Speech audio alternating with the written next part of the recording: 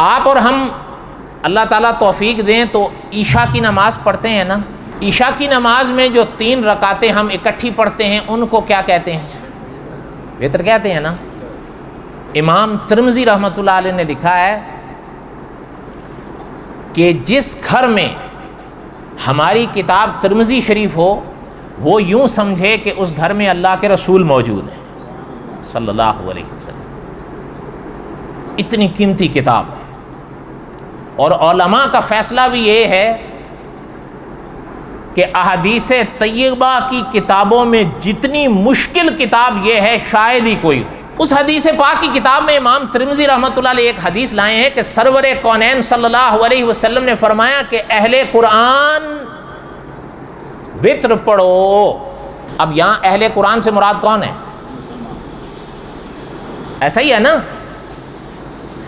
لیکن آپ کو یاد ہوگا آپ کے ہمارے ہاں اب بھی ہیں، یہ نہیں کہ پہلے دور میں گزر گئے، یہ فرنگی کی سوغاتوں میں سے ایک سوغات تھی۔ وہ کہتے تھے جو کچھ ہے قرآن ہے، احادیث طیبہ کا کوئی اعتبار نہیں۔ جب یہ لوگ یہ الفاظ کہیں تو پھر وہ احادیث طیبہ پر ایمان تو نہیں رکھ سکتے۔ آپ بتائیں رکھ سکتے ہیں؟ سوال ہی نہیں پیدا ہوتا۔ انہوں نے کہا کلام پاک میں تو کوئی شک نہیں، احادیث طیبہ کا کوئی اعتبار نہیں۔ آپ حیران ہوں گے، انہوں نے اپنا آج بھی یہ نہیں کہ پہلے دور میں گزر گئے، اب بھی ہیں، انہوں نے اپنا نام رکھا اہل قرآن۔ وہ آج بھی اپنے آپ کو اہل قرآن ہی کہتے ہیں۔